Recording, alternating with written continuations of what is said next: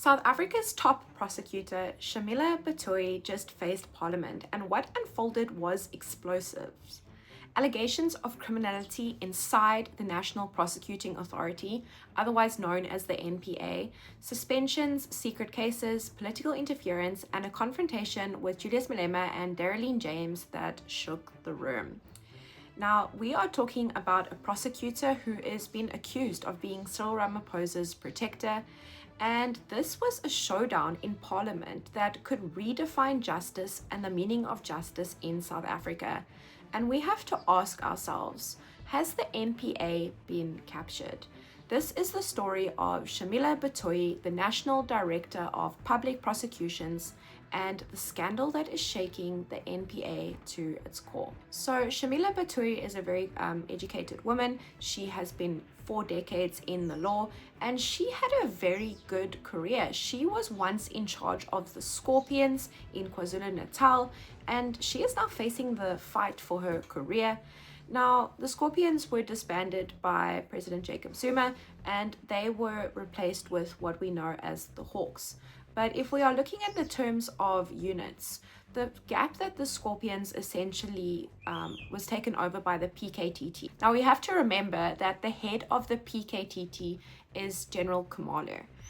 And we started off the day when Batohi, she told Parliament that she did receive information from Fani Masemola and Dumisani Khumalo, information that an member of the NPA had been involved in organized crime.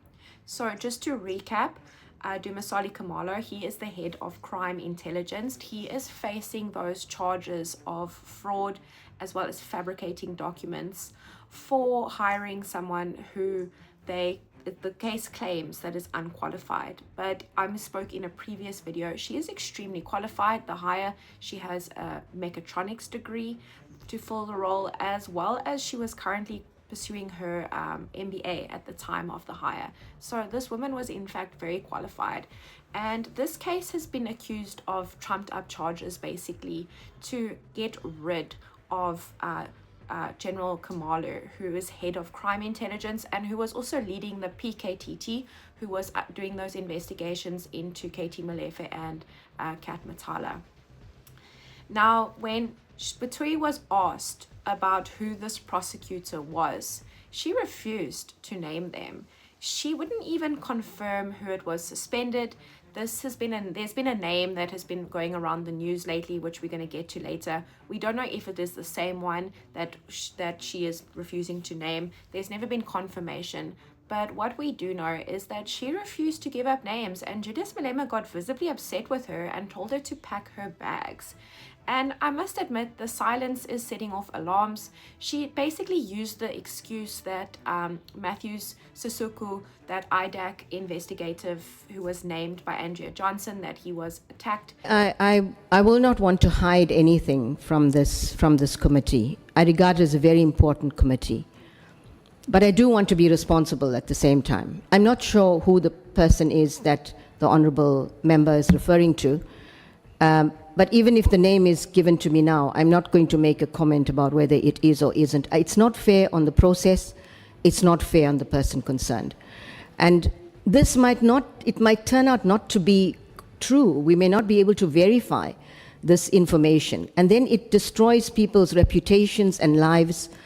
And I think it will be hugely irresponsible for me at this stage, with just the bit of information that I have referred, to mention names in this House.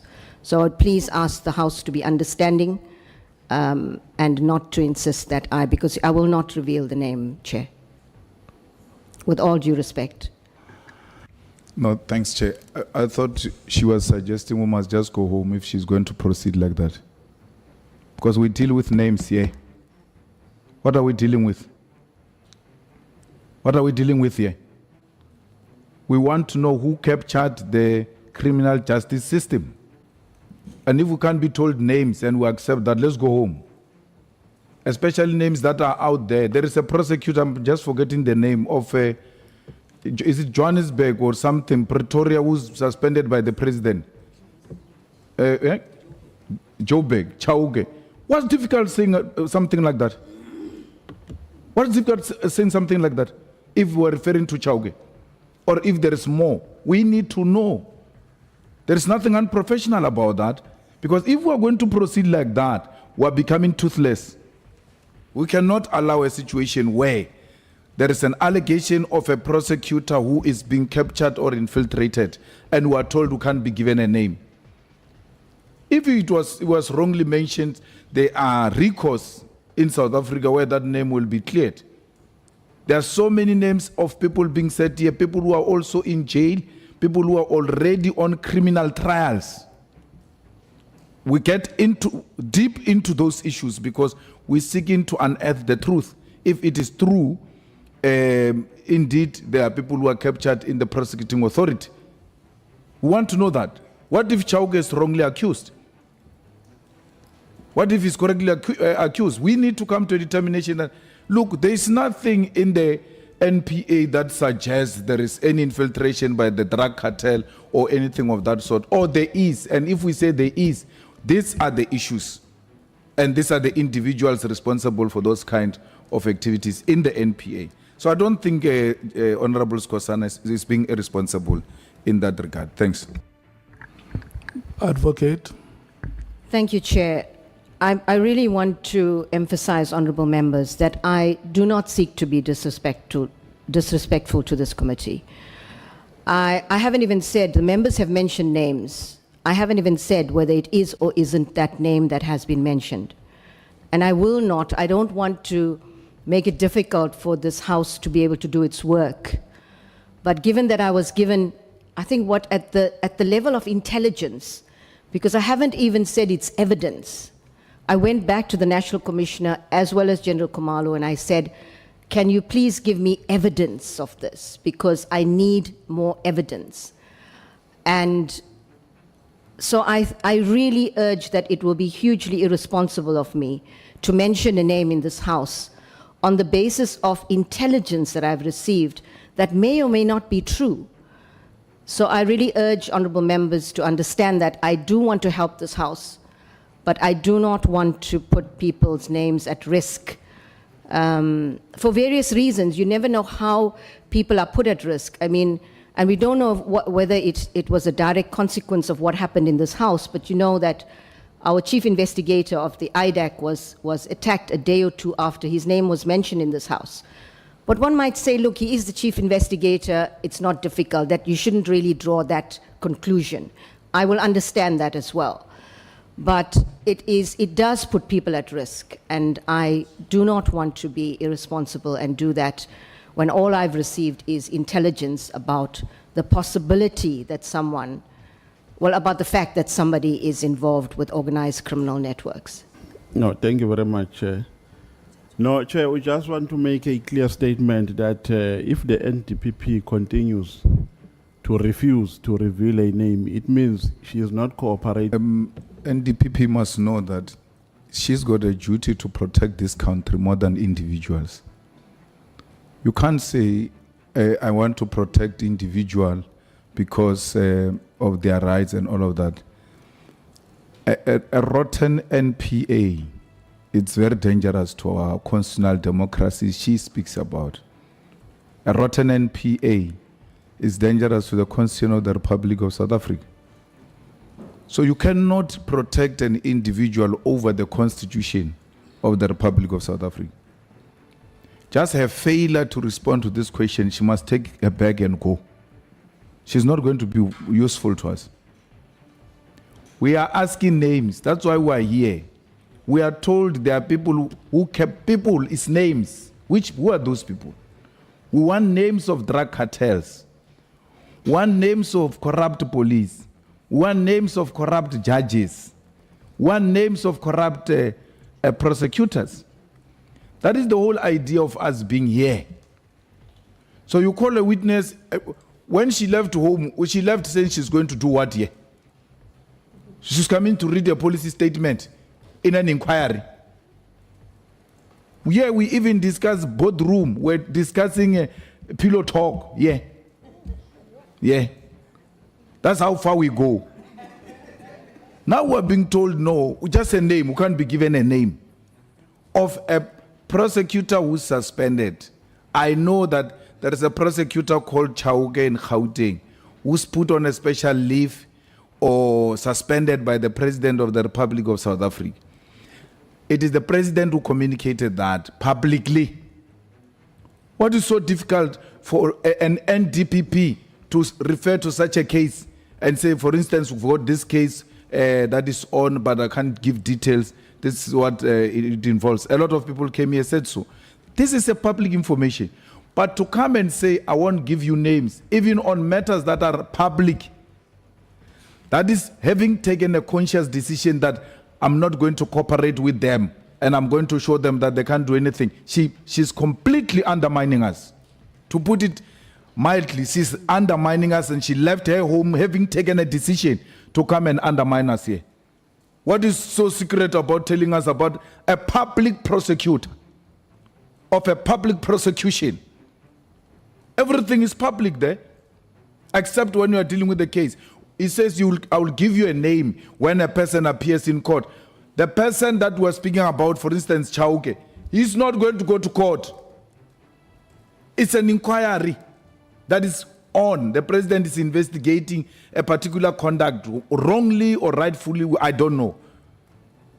So it means we'll never hear that name Chauke in this committee, because he will never have a first day appearance in a criminal court.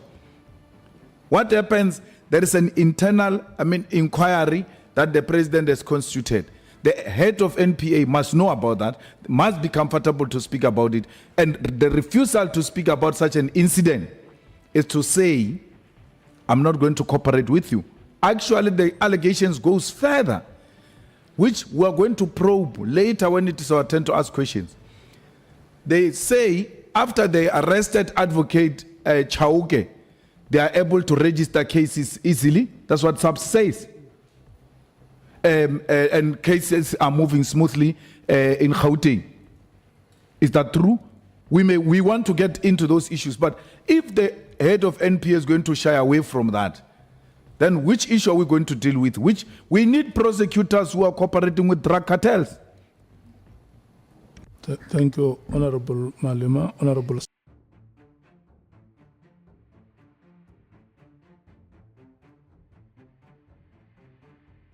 Now, we got to talk a little bit about his attack as well. He was kidnapped on Friday night, allegedly, and then he was allegedly assaulted and his phone and his laptop taken. But usually when things like this happen, people aren't left alive. So you can draw your own conclusions about what you think, if this is a real kidnapping or if this is perhaps some sort of ploy. I'm not too sure what it is at the moment. I'm very suspicious about the whole thing. Maybe it's a message to someone. We don't know who he was working for in IDAC. We know that the person who was the head of General Khumalo's investigation was a man by the name of Brian Padachi. I hope I'm saying that correctly. Guys, I'm working on my pronunciation. If I get something wrong, try and correct me below, and I promise you I'm working on it. This refusal to name this person in Parliament made Julius Malema very upset. He told her straight, a rotten NPA is a danger to the Constitution of South Africa. You must take your bag and you must go. And he demanded names, and that is the whole reason why this ad hoc committee is being formed in the first place, is to demand transparency and accountability from the people, for the people of South Africa, because governments and MPs, they represent the people, and they are just trying to pass together what has happened in order to give us the people an answer. But Batohi, she doubled down and she said she won't reveal names while IDAC, the Independent Directorate Agent Against Corruption, is investigating. Now, the Chauke connection. So we know that President Cyril Ramaphosa has already suspended Andrew Chauke. He was Johannesburg's Director of Public Prosecutions. So this is the person who decides, basically, who has the final say about whether a case can be prosecuted in a province or not. There's one in every province.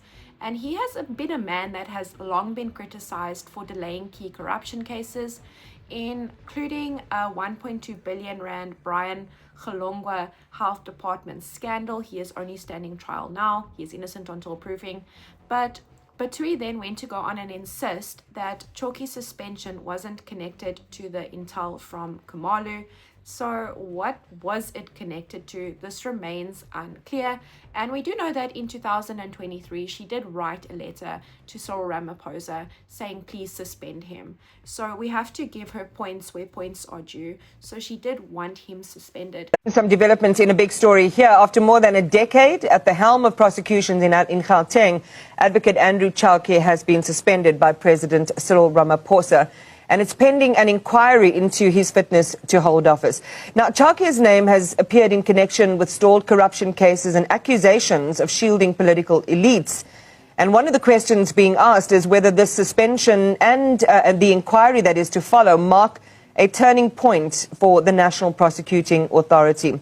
Joining us now is investigative journalist Raisa Patha, who has closely followed Chauke's career and the broader collapse of prosecutorial independence during the Zuma years. Raisa, good morning, and thank you very much for being with us this morning. Appreciate your time. I want to go to one of the statements from the presidency around the suspension. The president believes Advocate Chauke's continued tenure as a DPP while facing serious accusations would negatively affect the reputation of the National Prosecuting Authority as a whole, confirming that he would not be able to fulfill his functions optimally while facing an inquiry. Well, you have been reporting on him as the Open Secrets for a few years now. Your reaction to this development? I mean, I think that this is a very profound development, Iman. Good morning to you and to everybody watching. This case has been sitting on Ramaphosa's desk for 2 years now. And so it's taken quite a length of time for Chauke to be suspended pending this inquiry. In 2023, the NDPP, Shamila Batohi, wrote to the president to say, please suspend Chauke pending his fitness to hold office, an inquiry into his fitness to hold office. And so really, it's about time this action was taken. He holds a very senior position as the leader of prosecutions, the prosecutorial boss in Gauteng. And there are a number of important cases that have been sitting on his desk, including the PRASA case, the state capture corruption case there, and several others. So this is good news. We often gloss over this piece. I mean, as you say, and I think it's important, there was that request from the national NDPP to ask the president to have him suspended. We see 2 years later when this has now finally happened. You've been writing about him. I think one of the initial reports date back to around 2022. What happens in the lapse of time with an individual as influential and as powerful in respect of, real allegations, accusations around, really important investigations? What does that do? So I think the one thing is public trust, right? Many of us know that Chauke is a very powerful figure within the NPA and that he is overlooking all these important cases. I mean, there was the 10-year delay into prosecuting former Gauteng MEC of Health, Brian Slongwa. And that case is really important. It deals with a 1.2 billion rand tender. And this was 1.2 billion rand in 2012. That's one of the cases. The other case is a Hawks officer, a senior official called Jan Mabula, who was accused of torturing a suspect in detention. Again, a really important case that saw significant delays. And in these cases, Chauke's decision-making was criticized. The NPA itself criticized the delay or the delays in the Mabula case. And then the NPA also criticized the delays and the decision to prosecute Johan Boysen, the former KZN Hawks chief, in 2012-2013. So these are significant cases that the NPA itself has highlighted in internal investigations. And so there's that erosion of public trust for the NPA and the presidency to finally hold Chauke to account. I think internally within the NPA, there's also a demoralization that happens, In the state capture era, the NPA was certainly captured by figureheads who Zuma put into power as he had the power to do as president, including several NDPPs at the time, which many of us will know. And Chauke, he was a figure that made decisions that helped political elites get away and not be investigated for serious allegations of wrongdoing. And so I think within the NPA, the good prosecutors, the ones who want to do their work, want to see like the kind of figures who aided state capture through making certain enabling decisions. They want to see that era, kind of leave the NPA and for the NPA to rebuild itself. So I think this is a very significant step, but it certainly should have happened a very long time ago.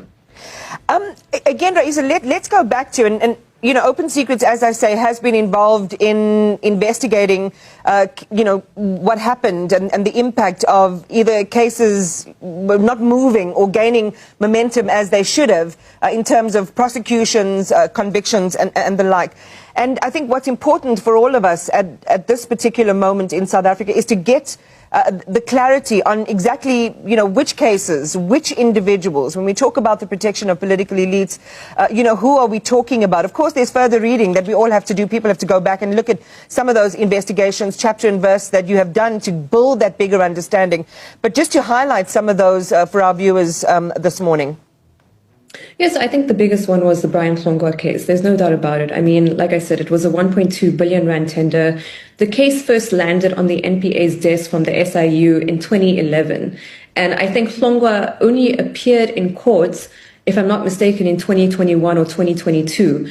That's a 10-year delay into a billion rand fraudulent tender case where Brian Hlongwa and certain businessmen benefited, and the Gauteng Department of Health, you know, lost a ton of money and in turn wasn't able to provide public services as it should have. And we know that there's been significant ailments in the public health system.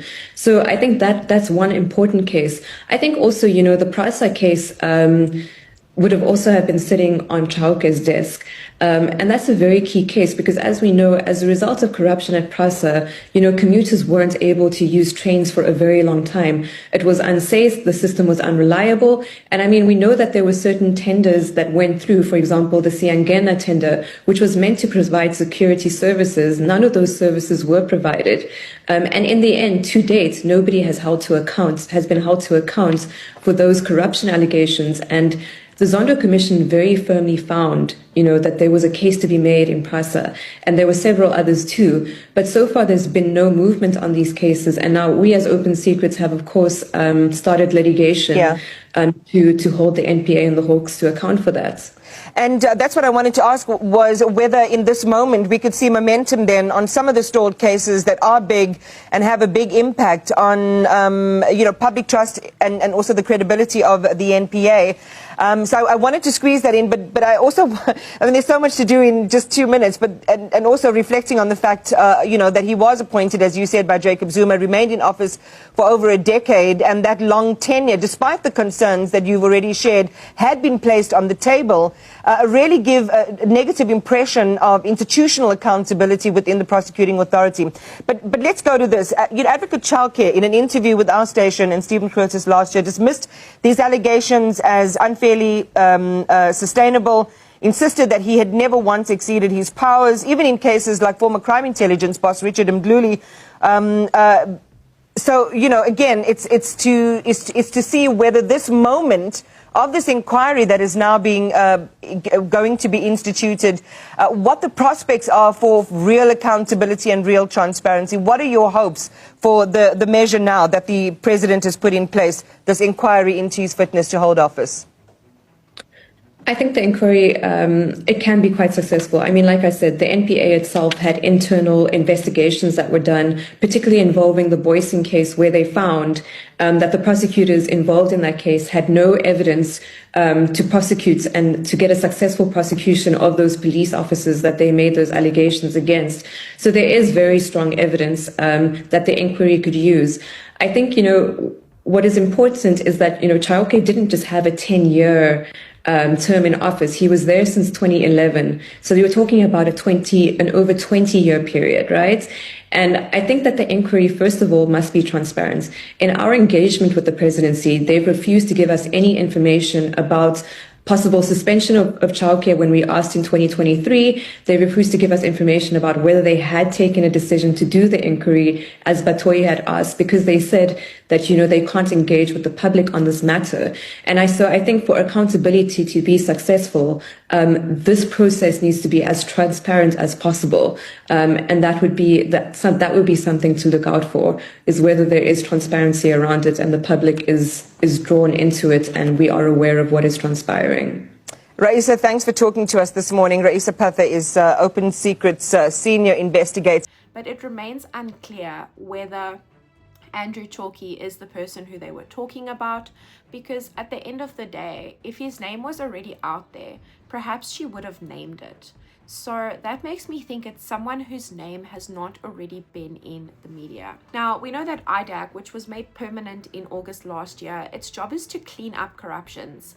But insiders have alleged that the directors of public prosecutions, these DPPs, remember I said they are the ones who have the overall say whether something can be prosecuted in their province, are prime targets for criminal cartels, because if you own the prosecutor who decides all of this, you essentially own the province, because the power to prosecute in the province lies with them.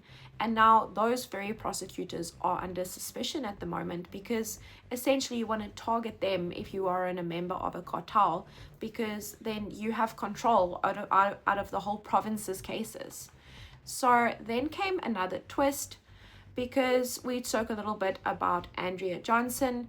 And remember, Andrea Johnson was on that panel 20 years ago that hired her husband for crime intelligence, who was working under General Khumalo, who she has no pillow talk with. Maybe it's a secret to a happy marriage. Just don't talk work with your husband at all. I don't know who can do it, but maybe they can do it. I don't know. And when asked about that, she did say that Batohi admitted that Andrea Johnson is a woman of integrity. Remember that word integrity that keeps coming up? I'm a woman of integrity. And she called it an error of judgment. But is this just a coincidence about what Andrea Johnson? Was it really an error of judgment? Or is it a conflict? Because at the same time, we have to remember, he was working under General Khumalo in crime intelligence. And General Khumalo, in my own opinion, seems to have been severely targeted for something. And we have to remember the pattern that we've established on this channel is that first you are bribed, and if you don't accept the bribe, then you are threatened. And if you work through those threats, then cases get opened against you. And this is just the common theme that is happening. Now, this is a question that is haunting the NPA. When asked if she had personally experienced any political interference, Batohi claimed that I have never experienced undue political interference, but critics aren't buying it, especially since she's been accused of protecting President Cyril Ramaphosa over the Phala Phala scandal. So that is that scandal when money was stolen from his farm. A businessman rocked up at his farm over December and said, I want buffalo. And then he paid in cash, undeclared dollars, 800,000 rand in undeclared dollars for buffalo. This money was then hidden in a couch. And a lot of people say, oh, I still don't want to take it to the bank because over the December holidays, it was hidden in the couch until February, when it was allegedly stolen by one of the domestic workers who worked for Cyril Ramaphosa. And they were prosecuted, or they're in the process of being prosecuted, but Cyril hasn't been prosecuted for his undeclared tax dollars that were stuffed in the couch. It's all a little bit shady to me. When she was told that she was allegedly Cyril Ramaphosa's protector, she denied being aware of that role or being referred to in that way, and then still asked why no charges had been brought against the president. She said the decision has not been made in that case, and it was basically under the Limpopo PPE, that provincial prosecutor who decides everything. And I mean, this is like a theme that we're going to get with her. It's like she doesn't know anything what's going on in her own house. I mean, it's all these other people's jobs, and this, for me, like I said earlier, it's either incompetence or, in my own personal opinion, maybe she's hiding something. So we got to go talk about the arrest of General Khumalo, because this has deepened the mystery, because he was then banned from entering his offices as part of his bail conditions. And Andrea Johnson at the time testified that they feared that he would interfere with witnesses. People who think that these are trumped up charges, me including, think that perhaps they want to get him out of that department so he doesn't know what is happening within what is happening within crime intelligence, what is the investigations that are being done on the PKTT. And Bahuti, she called this unusual bail conditions, but she said she wasn't directly involved. Remember this theme of, I don't know, I'm not involved in that. And we have to look at the charges of fraud, falsification of documents. Those are the charges, because it would mean that these are for normally like a labor dispute. So it's highly unusual that this is a form of a bail condition for something that is not a labor dispute, because these charges are not labor related charges. They are fraud and falsification of documents. And she was pressed further and asked if the arrest was part of a wider attempt to basically subvert substance cartel investigations that were being done by the PKTT, and Batohi denied it. She said, nope, absolutely not. Now, she also would say that she never personally supervised the Khumalo case. She only received high-level reports to prevent leaks that were verbal. She even says that she remembered calling Johnson and asking, is this a watertight case? Johnson originally told her that it is part of a strategy. Now, this is highly unusual for me. If you are going to arrest someone as high profile as General Khumalo, who is heading the PKTT, which Batohi says she doesn't even know that he was doing that at the time, then honestly, like, you should probably be involved with that. You should get your own house in order. But the public and me, I see disarray and delay, because under her tenure, key cases from the State Capture Commission have barely moved forward, and the public is running out of patience. It is taking like 5 years to get these cases to go to court, when there definitely seems to be a prima facie case. But other cases are being done quickly, like General Khumalo's case. And that for me raises red flags, it raises suspicions. When she was questioned about the Guptas, she promised she said she doesn't, the Guptas who fled the country. Remember, an extradition order was sent and it was denied, and she says she doesn't know why that was denied. It's under review. But before she leaves office, she promises to reply for the Gupta extradition soon. But Parliament wants to know, basically, when will Andrea Johnson be investigated over the panel connection? Why did it take 2 years for the president to suspend Chauke? And who exactly inside the NPA was suspended for believed to be working for organized crime? Now, amid the chaos, one thing stands out. Batohi confirmed that Matthew Sisuku, the IDAC's head of operations, was indeed recently hijacked.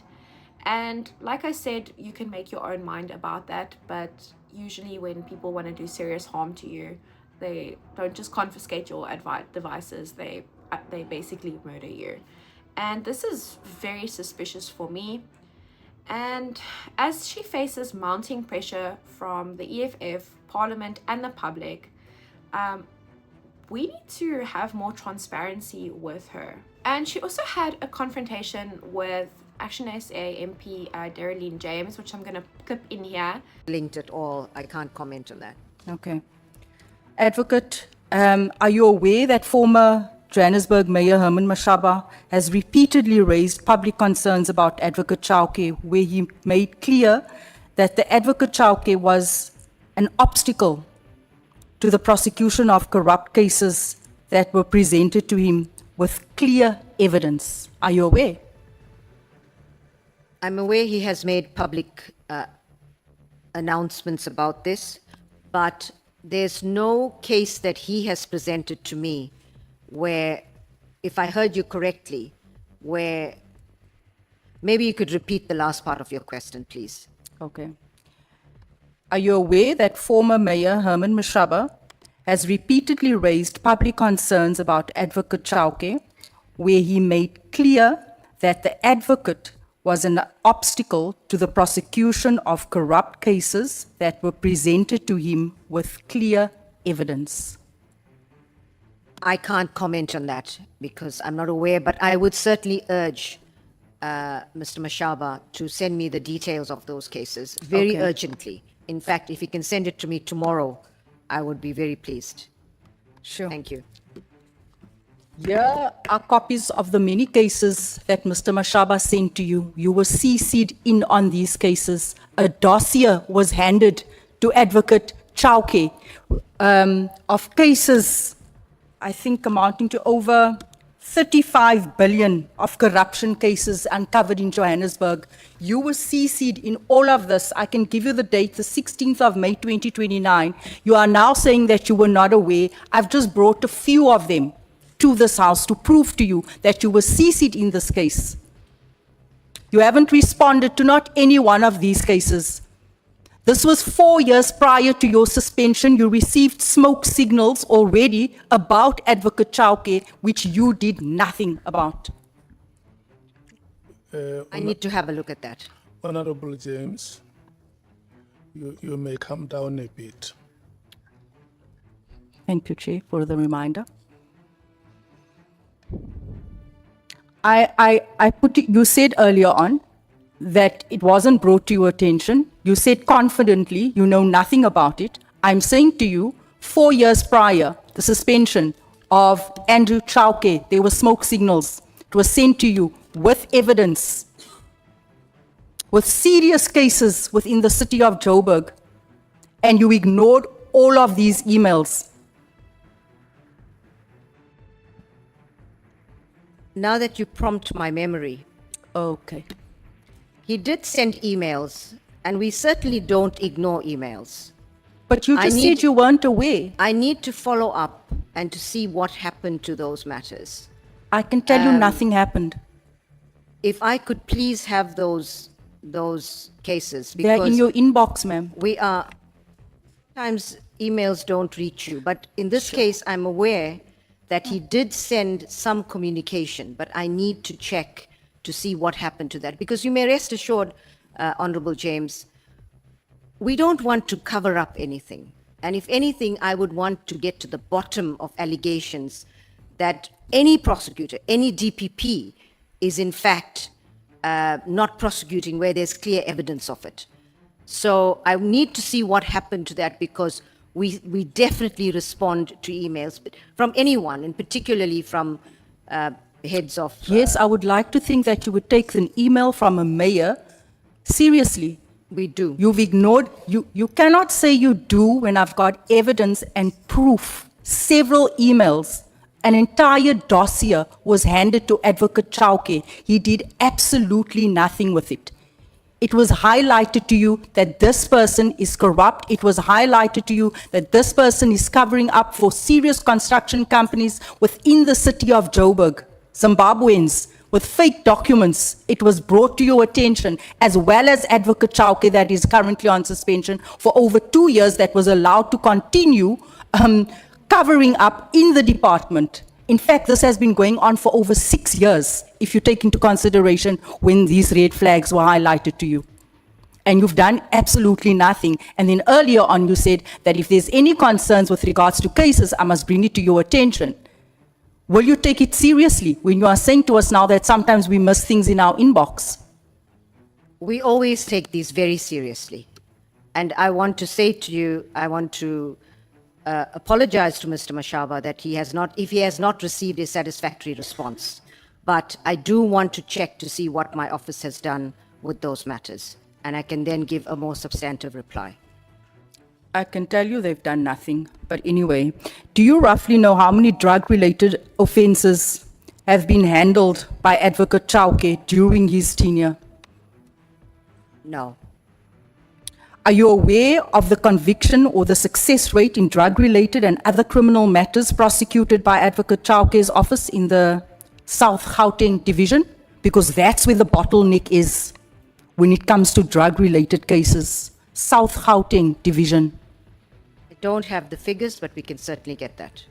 Okay.